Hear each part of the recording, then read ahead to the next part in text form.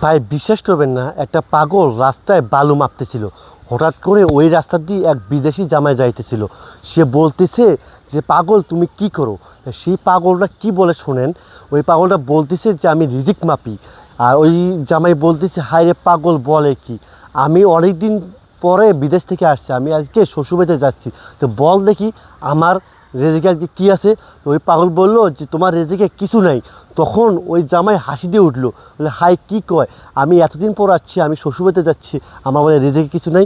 যখন ওই জামাইটা ওখানে গিয়েছে, যাওয়ার পর খাইতে বসছে, ওই সময় আর কি তার সম্বন্ধীর বউ আর কি খাবার দিচ্ছে, ওই টাইমে উনি হাসি দিয়ে উঠছে।